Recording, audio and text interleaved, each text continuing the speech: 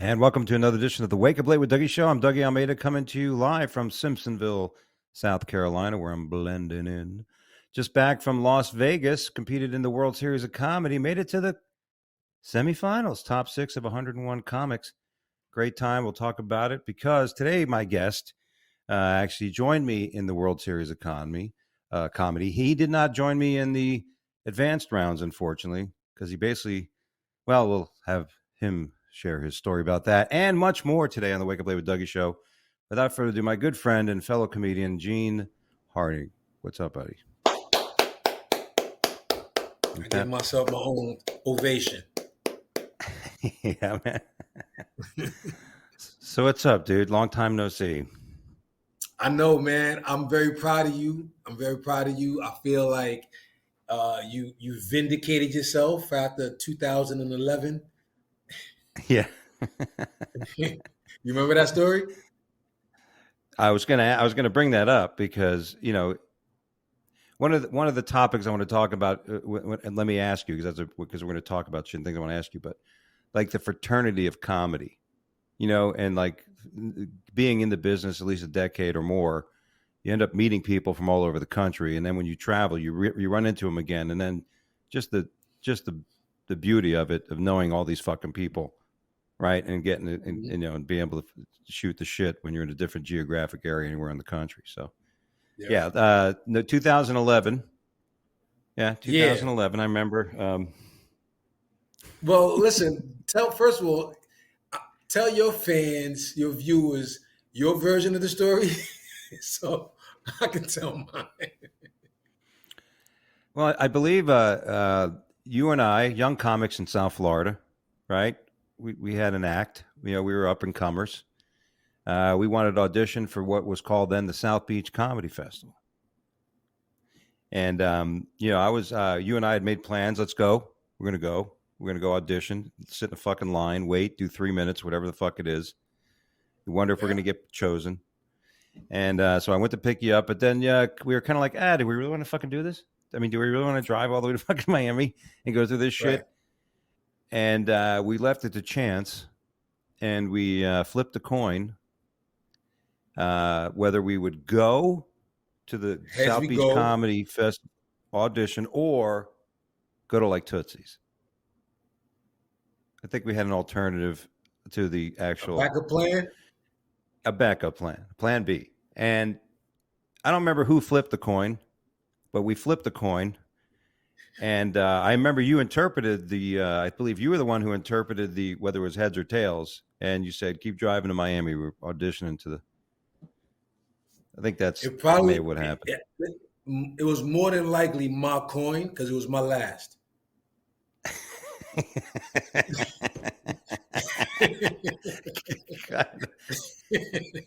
So I'm sure that was my coin, and it was probably heads on both sides. And we was going to South Beach. We were going, which worked out well because you advanced and were on that comedy festival. Well, I won it. Yeah, so I won it that year, and I wouldn't have won it if you didn't drive me there. Yeah, thank you. I don't remember getting any royalties or VIG off that shit. Right. You've been tight about that ever since, and now this time we go to Vegas. We in a bigger competition, and I don't even make it out of the tryouts for the commercial. Like I don't even make the. I'm barely in the top 101 comics. Like I was like 103. That's how I fared this week, and then you breezed right through into the top 6. That was pretty dope. Yeah, thanks, man. And there you go. Well, they're calling right now. That was my alarm. That was my alarm reminding me about the Doug show. Thank you. Well, let me ask you this, because as somebody who's been in that position, and I felt it when I didn't go through the top 3. You're sitting there waiting to hear your name, because that's what happens. You do the show. In the first and the second round that you were in, there's basically 7 or 8 comics. I can't remember. And you all do like 8 minutes. And they pick 2 people, first and second, to advance to the quarterfinals. And when you're sitting there, the agony, the angst of waiting to hear the fucking name. I mean, what is that like for you? So it's a mixed bag because when you get off that stage and you feel like you murdered it, you want to stay close to the stage because you be thinking they're gonna call your name. But Yeah. then you don't want to be presumptuous. You know what I'm saying? Like on the line, like you know what I'm saying? Right, Yeah. like that. Yeah. You know, like You're a in track starting star, just position. waiting for them to shoot the gun. Yeah. So, so when I know I did a killer set, I stay close. Yeah. Like, no, there were a couple of times where I had my hand on the doorknob for the stage. I'm like, they got to be calling my name. This wasn't it. This time, Right. I was like, all right, I was strong, but it wasn't like I saw the other guys, and I was like, all right, don't. If they do call your name, then you just have to run fast. Yeah. And so when they didn't call my name, Yeah. Dude, well, two things. That in all honesty, I was not there at that show, but I had heard a lot of people basically said it was a huge show. It was like, so when you don't get your name called, but it's not because, you can't, everybody, the person whoever got their name called, they fucking crushed it as well. It's like, whatever, what the fuck are you going to do? You get pissed when you feel like you crushed it. And there's somebody who got their name called and you're like, what the fuck was that about? You know what I mean? That's the only time, but it does fucking irk you. You know what I mean? But what are you going to do if you don't fucking call? it really didn't bother me, man, because it really didn't bother me because what I got out of that whole experience was way worth it for me. Yeah. And honestly, I mean, not saying that being a winner would have been a deterrent, but like I just don't want to feature no more. Yeah. So if I got well, actually, I guess for me to get to that place, I gotta feature more. you know. Well, I mean, it depends. I mean, people have the ability, what I call wormholing, because you have like, and I think of that in a sense in your career. When you started doing comedy, I was out there doing bonkers and shit and running around the fucking country doing B rooms and working and you were in A rooms with a major headliner and, going around the country. And I was thinking, man, I wish I could fucking perform in those places. You know what I mean? Man, but it was a different fucking route. We fucking, we went in two different ways. And it's funny, the grass is always greener because you're basically saying shit. I wish I was doing fucking For improv all sure, over for the sure. country. You know what I mean? Because listen, But so go ahead. No, go ahead. No, I'm saying because I did Madison Square Garden. I performed at the Wilbur Theater in Boston. I did some dope places and don't really have much to show for it aside from that memory. Like it wasn't my show. It wasn't my thing. Right. I happened to grace those stages and put that on my travel notch on the belt. But now that I think about it, I'd much rather be out pursuing my own dream, right? And so if I'm headlining that bunk, I'll take headlining at bunkers than performing for the janitors at the Garden, because that's pretty much when I went up. I went up like, dude, it was like in the Garden. They was still preparing, still cleaning while I'm on stage. I was the very first dude. Yeah. And then, so by the time the show got underway, that's when everybody filled in the theater. So I'd rather be doing my own thing. At least that's what I'm looking at things now. You know what I mean? Yeah.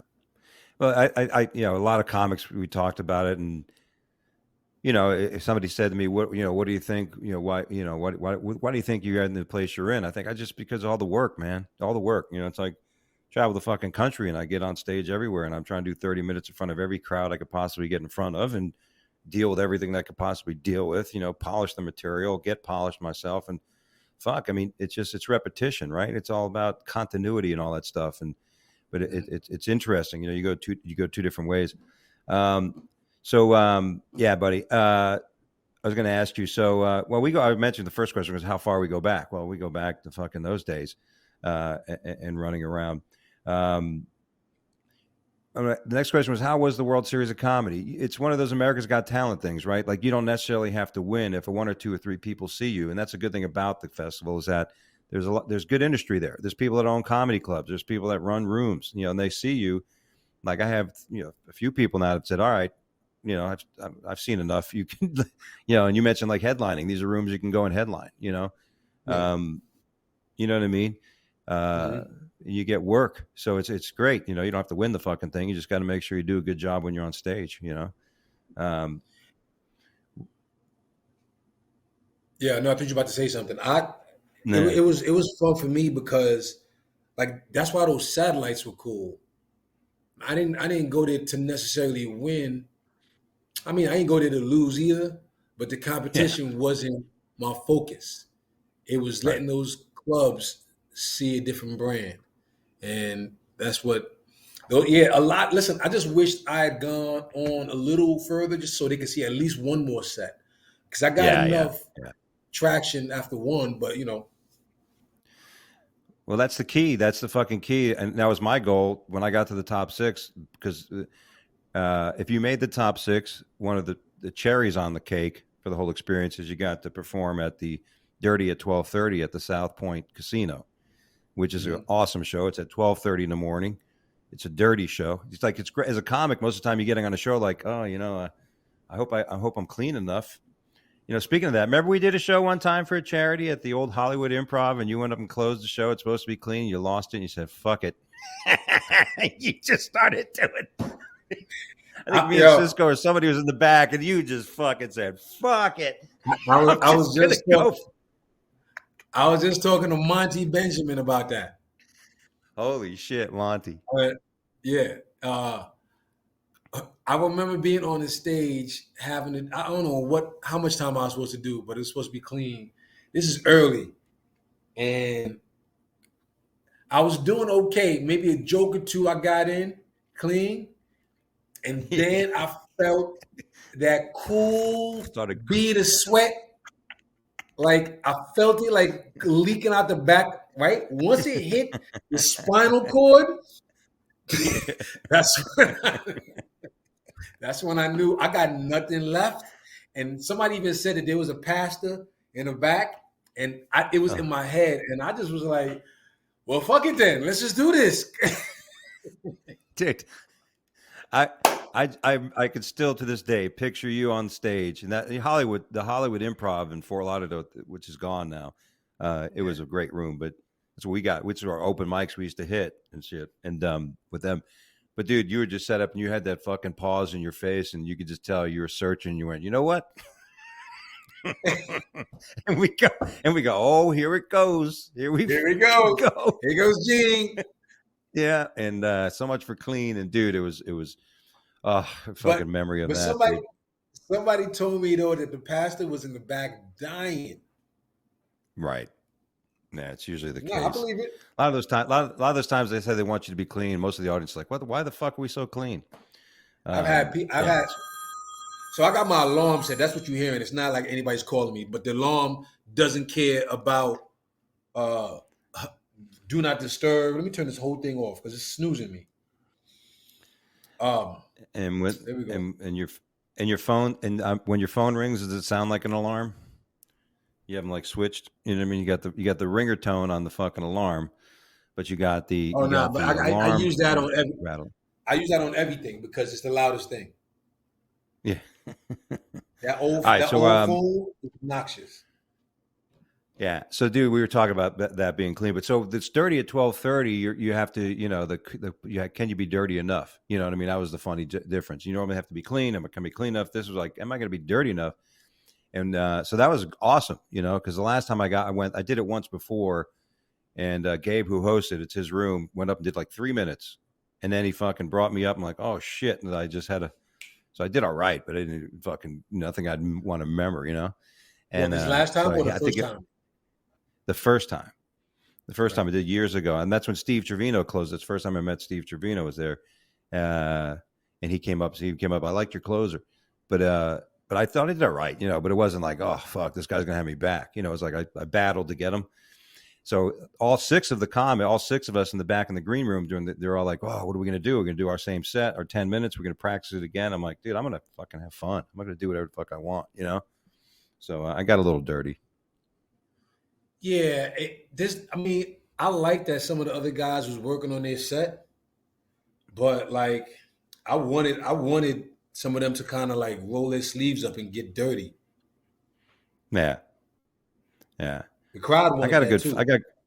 I got good feedback from everybody. It seemed to see that. I felt good. That was one of those sets I felt good about, like you said.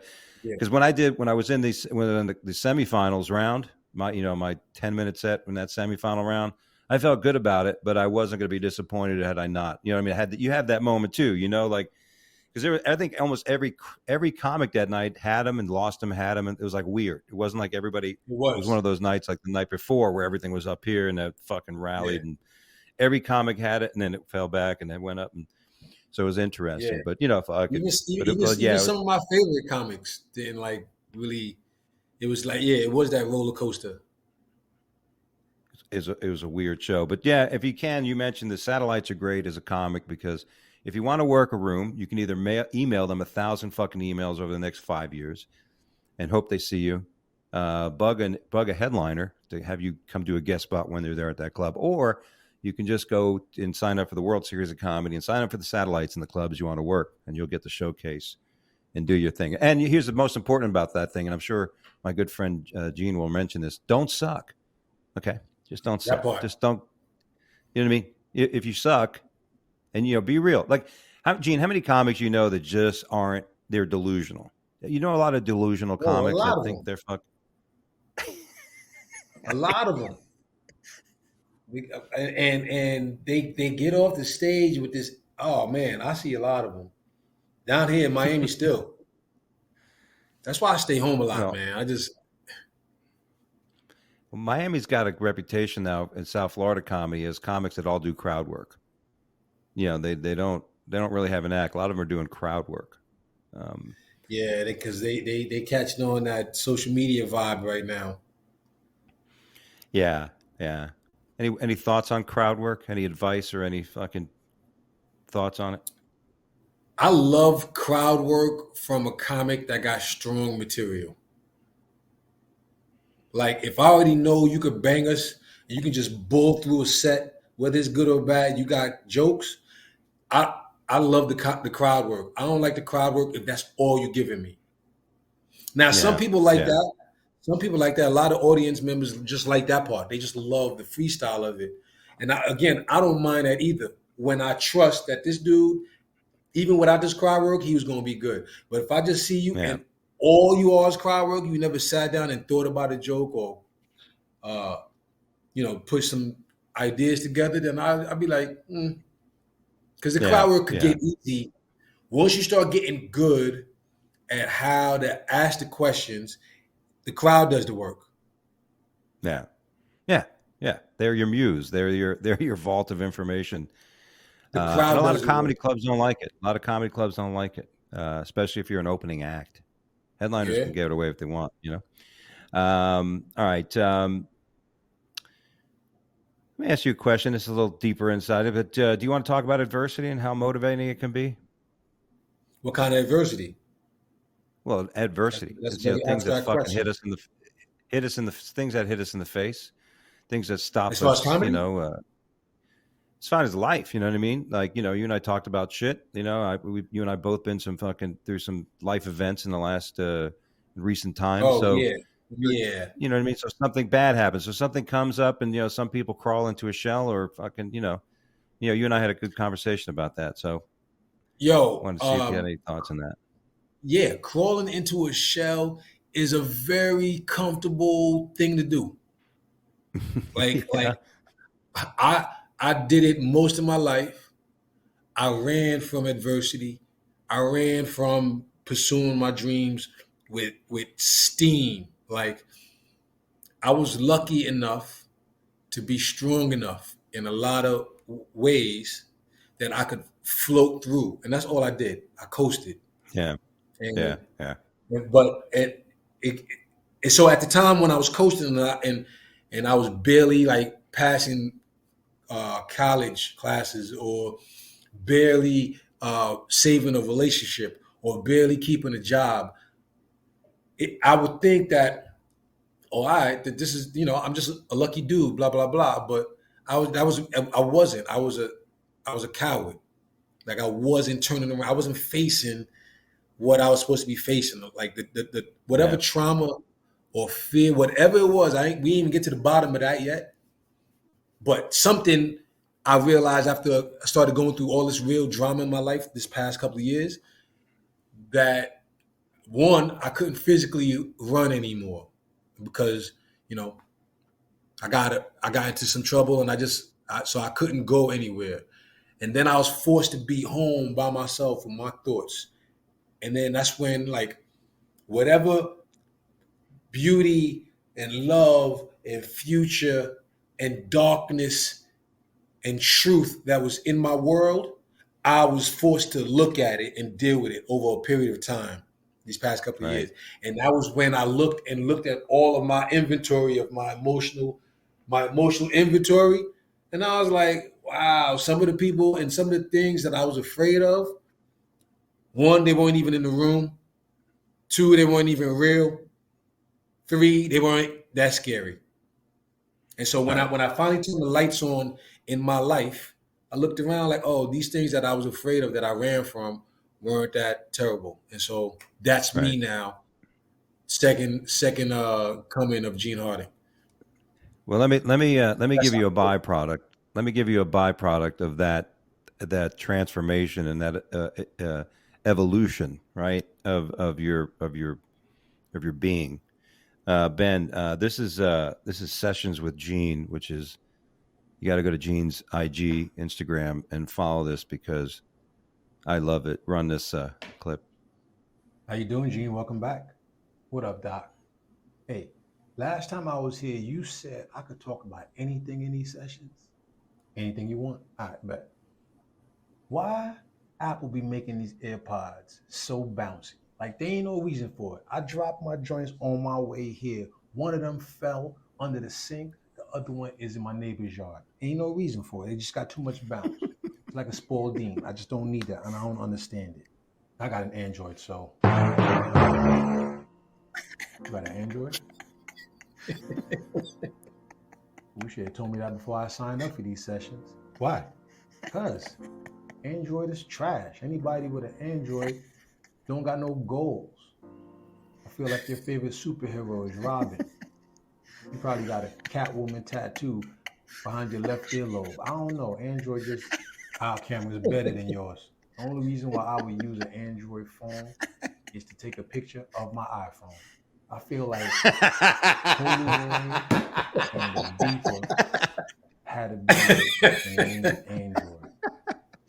I feel like Android's headquarters is Area 51.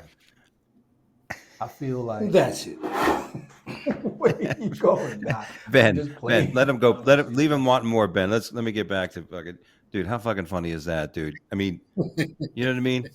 I'm fucking cracking up at this shit. So you got to go to where's your Instagram, Gene? At Gene Harding, Gene Harding, like Tanya. Yeah, there's a few episodes. Go check them out. But that dude, how fucking, one is under the sink, the other one's in my neighbor's yard. I mean, motherfucker, like. I don't know if that ever happened to you, but the shit is real, dude. That's why I'm laughing so hard. Yeah, your AirPods hit the floor. Trust me, they are in an air balloon somewhere else. And that's what shot down the fucking Chinese balloon. Somebody dropped their fucking AirPod. Right. And it bounced off the tile floor of a fucking bathroom in Queens. Right. Yeah, dude. I mean, that's just good shit. And, because, a lot of times, I mean, we live in an age where, young people just, you can't tell them shit. You can't tell somebody, hey, that wasn't good. You need to fucking get better. Or, you need to get your shit straight. Like, God bless, you can tell anybody that without them hating you or then cursing you. And not only doing that, but then telling other people you're a fucking asshole because you're just trying to help them out. So, it's that ability in a human being to be able to say, fuck it. I don't like the way things are going, recognizing it. When I was 30, one of the things I mantras I went was that old saying: to know oneself is to know God. So when you know what you can do, can't do, and you know what you really your fucking problems are, your challenges are, you start fucking, all right, I can deal with it. You're not scared to go, I'm not, you just realize it and you start dealing with it. So I that's why I was proud of that. And I thought it's fucking funny as shit. So thank you, man. Well done. So, how many sessions you up to now? As of this airing, 24, 23. Yeah. Yeah. Has it helped? Has it helped the following? Is it more and more people coming on? I get it trickles. I get one new follower a day, but this hold on. This is the, see if you can see it. No, you can't see it. Yeah, it's too bright. Oh, this is my vision board. That's the mantra. Yeah. This is my vision board. Way to go, man. Yeah. Well, you're on track, dude. You're on track. I appreciate it, man. But back to what you were saying before about that, like, so that, just to tie it all into your original question. So sessions came about because of the adversity I was facing that I put on myself. And it was like my back was against the wall. I just swung. That's all this is. I'm just swinging my bat. And I'm enjoying it. So that's a good start. Like, if you having fun with your comedy, if you having fun with your career choice, if you having fun with whatever it is you're doing, that's the best, if not the most important start. And then everything else, should be all right. So I'm enjoying sessions a lot. You got to see me laughing by myself. Just filming this stuff. Yeah. Well, that's funny, dude. If you ever need a voiceover, I can do a doctor's voice, Yeah, a new that's doc. just what I need. You get a new doc. I had to get rid of the other doc. Yeah, what's the problem with this? Yeah, we killed him. What's wrong with him? Yeah, sorry, I'd charge less money. Right. Tell me more, Gene. All right. Well, that's awesome, dude. And you know what? Here's, again, to wrap up the whole thing about comedy. That was the best feeling in the world. I was talking a little about earlier. But this, because I can't tell you how many, when a few of the people I just met, like industry and stuff this weekend, at the festival, they had heard about the passing of my wife, and that people I didn't even know coming up hugging me and shit, and all that kind of stuff. So it just, these people are, and then, you go to Vegas, like when I go to Vegas, next thing you know, you got, I'll put you up. And there's nothing better when you go into a room and somebody says, I'll get you guys in. You piss off like 10 comics that are all waiting in a line and they throw you up on the fucking stage. Oh, yeah. That was that night you did that show. I was at the other show, right? How was yours? It was good, but that was the night I left my cell phone in my car in the Uber.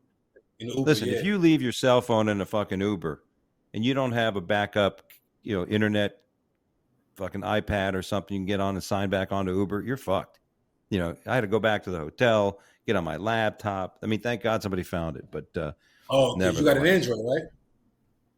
No, I have an iPhone, dude. I have an iPhone. Oh, you don't got to watch Find My. No, I gotta. This is not a. Useless. I don't think that's an iPhone. Yeah. If that's a Rolex, but all right. Hey. Yeah, it is. Hey, by the way, it's time for Did You Hear? This is when Gina and I go over some stories from around the world. And of course, try to make some fun of it. No real difficulty having fun with the Florida man story. And of course, we have a few. I saved some for the last couple of weeks. But Florida man caught on video allegedly injecting chemical agent under a neighbor's door, making family with baby sick. First of all, if anybody's thinking about doing such thing, realize Ring cameras are all over the fucking world. You know what I mean? My dude.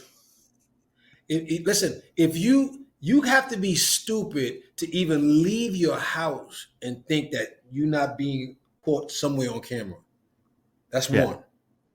And then two, you go to a residence where, first of all, you ain't. I'm just glad they caught him.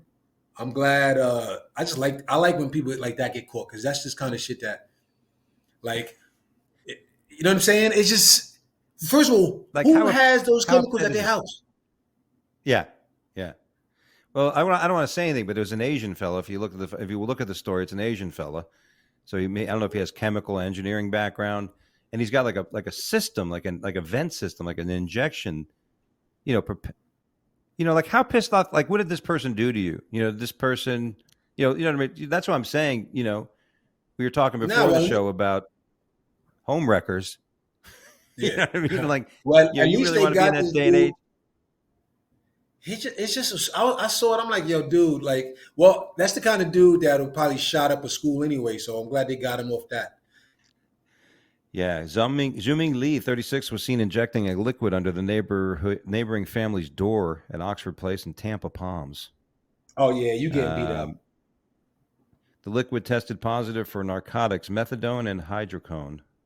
Hydrocodone, sorry. Wow. Yeah. Oh, I showed them. They get fucked up. Yo, that's crazy. And they said he was doing it a few times. He did it a few times. Like that, Yeah. the ring camera only came after they done inhaled Oh, his yeah. shit a few. That's You know what I'm right. saying? Somebody got suspicion, said, I'm going to set up a camera to see what's going on. Yeah. But he So, got his yeah. ass. So not only, You know what's so how crazy? You know smart what's so is it? crazy about that? You know what's so crazy about that? They fucking used a camera to catch the dude. The dude that they caught made the camera. He was Chinese. They caught him with his own shit. Yeah. Technology suck. Yeah. Not much of a difference. Our next story: gardener catches nightmare neighbor poisoning their plants in broad daylight. I mean, come on, what That's the fuck an is old white wrong? woman. That's an old white Yeah, woman. yeah. That's Who guaranteed. else? That's an old white woman Or who kills a gay man, vegetables. or an older single gay man. It's got to be one Never. of the two. No gay man will ever kill fresh zucchini. No, well, not the zucchini, but perhaps some daffodils or some Nah, dandelions. they No. not on flowers. Not the gay dude. That is an old. That's an old white lady. She ain't got dick down in years, and that's her killing vegetables. That's Oh my another. That's God. another I mean, level. it is fucked up. You know what I mean? That's why I'm saying I don't want to give anybody a reason to fuck with me. You know what I mean? I mean, You do I'm every day, Doug. outspoken. Yeah, I I'm about know, to say I, you do every I'm out, day. I'm outspoken. I mean, I listen, but whenever I'm outspoken, I'm out. Who knows? I'm going to speak about people. Yeah, I know a little bit about. I'm not people that don't know their background. All right, here's another Florida man story. Florida man and woman were doing stretches by a pool, cops say. Then came the attack. Now, I assume you read the story, Gene. This is because I want to I have your did. bit of an interpretation here. As a man, as a player, I mean, you are a ladies' man. I mean, you are a coxman. I'll give you that. As long as I've known you, you know what I mean. But if you read the story, basically, the story basically reads: woman sees a man and a woman at 2:30 in the morning stretching by the pool. 2:30 in the morning, goes down and basically assaults the woman stretching and the man too. And it turns out, if you read the story, but the woman is in a relationship with the man. The woman who struck the other woman is in a relationship with the other man, if I read it correctly. So, No. Wait. mhm. The slapper is in a relationship with the male slappee. The accused woman, who had been detained in the back of the patrol car, was taken into custody at the blah, blah, blah, blah. What was it? Yes, I don't think they're together. No, it said they said they were partners. Yeah, the couple that got slapped.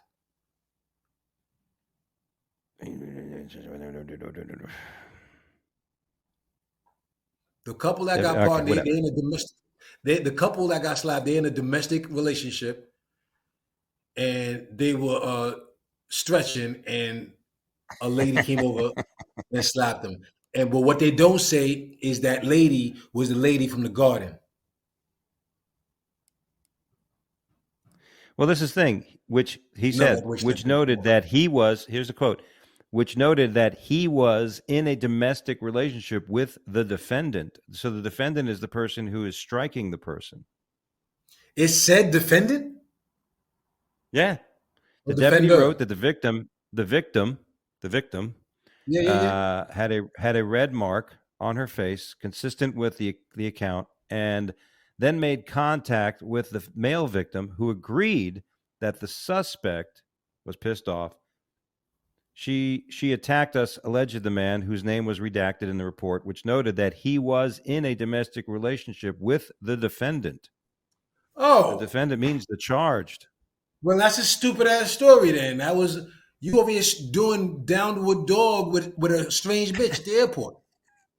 Oh, okay. You know, if you read, the funny thing about this story, this is an important. That's what I'm saying. The interpretation of the story. That's why people are, most. And I'm like, well, if it's like if I'm downstairs stretching with some hot bitch, and my wife had seen me from upstairs at 2:30 in the morning stretching, you know what I mean? She's going to come down and beat the fuck out of somebody too. You know what I mean? Everybody's getting stretched. Yeah, everybody's going to get stretched then.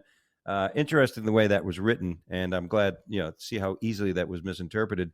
This story, by the way, went around viral for a while. High school band director was tased by cops at a football game after he refused orders to stop the fucking music. I don't know if you saw this story, but we went nuts, and of course, police asked the guy to stop. He didn't. I'm going to keep fucking playing, and he got the fuck tased out of him. And I don't know. Who am I to say? But if I'm playing a trumpet, and a cop says stop the fucking playing, I'm like, all right, I'm going to stop playing. What am I going to do? But I mean, there could be more to that story, but the way that story was written, it looked like everybody was supposed to stop playing so that they could clear out the stadium. And this band decided to not stop, blah, blah, blah, right? But right. I don't know if it could have meant that every other band or the other band had a longer time to perform and this band didn't. Maybe the cop was overreactive in the way he was telling them. Who knows? It could be a bunch of things. All I know is, one, I'm glad it was only a taser. Yeah. Let's start there. And two, I'm thinking a taser might be the way to go, man. There's a couple of people on this planet that just need a good tasing. Yeah. You know what I mean? Yeah, I think a lot of people. I agree. I think a lot of people need to be tased. And listen, if you got tased for something you shouldn't have done, you probably did something a while back you deserved it for. So just fucking chalk it up for that. World will be a more understanding place. Or you're a good person and all you got was tased. Yeah. You know what I'm saying?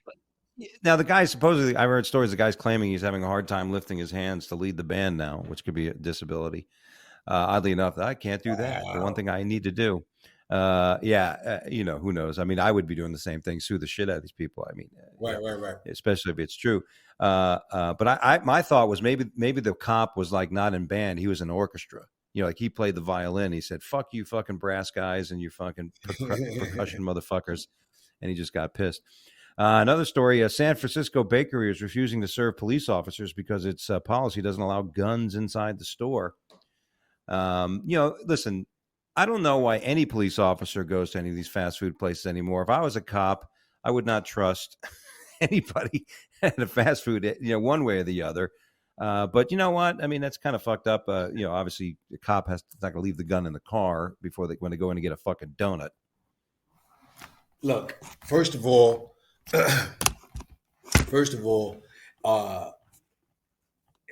it wasn't just a fast food. It was a donut spot. So that's the police headquarters, right? Yeah. But second is that lady or whoever that person was fucked up. They fucked up because if they ever get robbed and somebody calls 911 from that address, them cops are going to pull up 45 minutes later with fresh donuts. Yeah. outside of her building eating out here. You called? Yeah.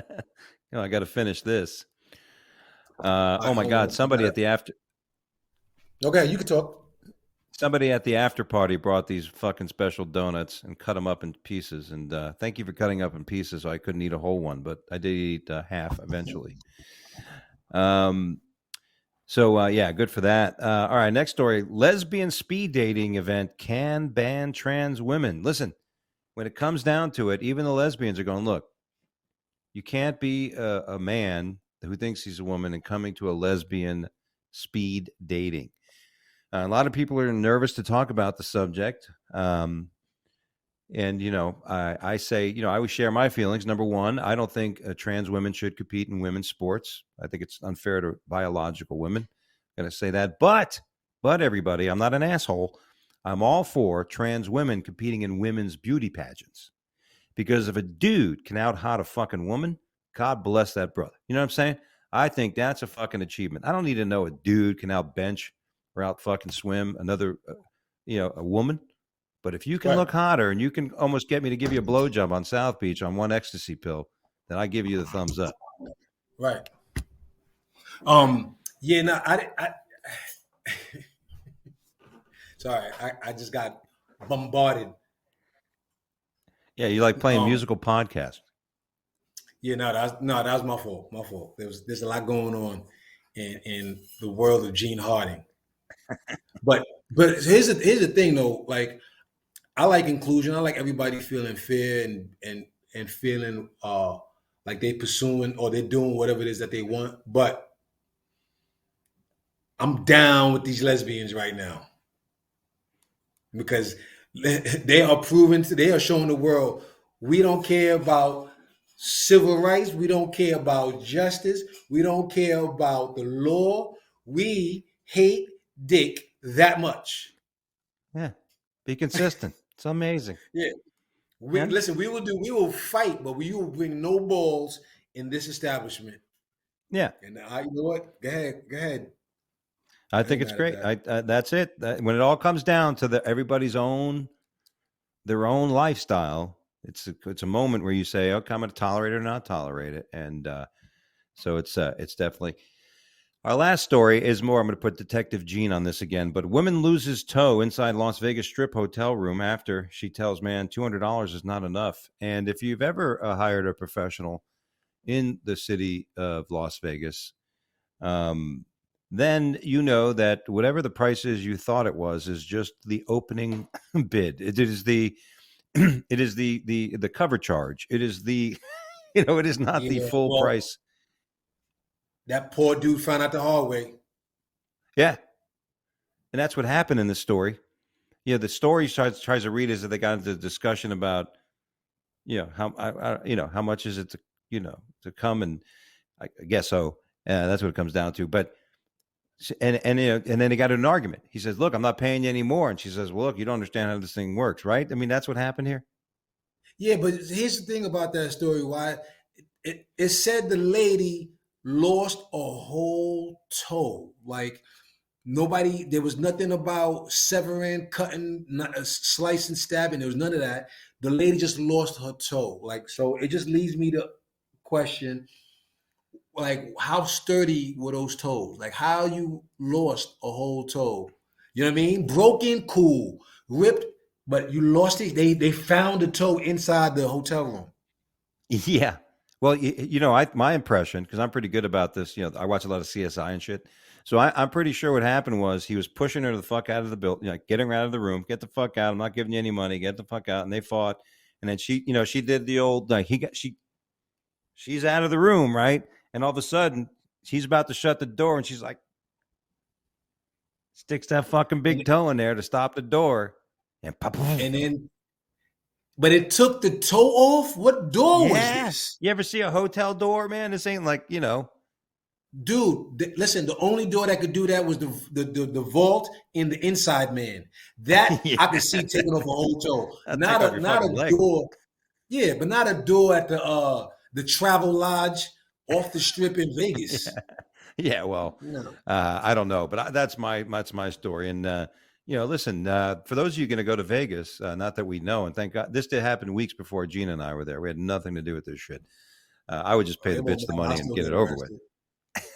Yeah, like I have the money. I'll take care of it. So, all right. Before we close the show, we do a segment called "Let's Associate." This is where I say a word or phrase and ask our guest, Gene today, what the first thought, story, feeling, whatever you want to say from it, whatever the phrase or word basically inspires you to do. Let's do it. We got a couple minutes. The first expression is Buffalo Soldier. Dreadlock Rasta. Buffalo Soldier is what I've called a few women I dated in my life. Listen, take us back in time to the World Series of Comedy, which obviously I think it may have been the same World Series of Comedy main event where John Wynn showed his toes to Trix. And you found out that story before I fucking found out that story where John Wynn has been in this and here told this story. I think it happened. Remember, we were at this party and there was these big women, and you said, I'm being tracked by these Buffalo Soldiers. Remember we were at the party and those two girls, and I remember fucking saying, Buffalo, what the fuck are you talking about? Thank you very much. Our second expression is bitch ass. Bitch ass. Bitch ass. What does that conjure up? Dudes I don't like. That's all I think of. If you get that term bitch ass, then you demoted to a level you can't unbury. Yeah, bitch ass is somebody who's a bitch and an ass. And you know what I mean? That takes a lot. It takes a lot to be a bitch, first of all. And then an ass. Bitch ass. A bitch ass, yeah. Yeah. It's a fucking not used often enough, I think, in today's day and age. Our third word is shady. Shady could be tied with bitch ass. Yeah. Because if you do some shady shit to me, I'm looking at you like, you bitch ass. Yeah, you know what I mean? I get it. They kind of, maybe that's why I had them put together in my mind. Our fourth expression, best set ever. Oh, that shit. I could feel like that often. Like, nah, that's not true. I got maybe 3 in my head that were the best set ever. Yeah. I don't know what they are, but I think I got 3. All right. And our last expression, deal breaker. A deal breaker. That's it. I'm cool. I've used that a lot. That's a deal breaker. That's a red flag. That's like, I'm cool. Or you know how you see a baddie, she got everything, and then I don't know, what's a deal breaker?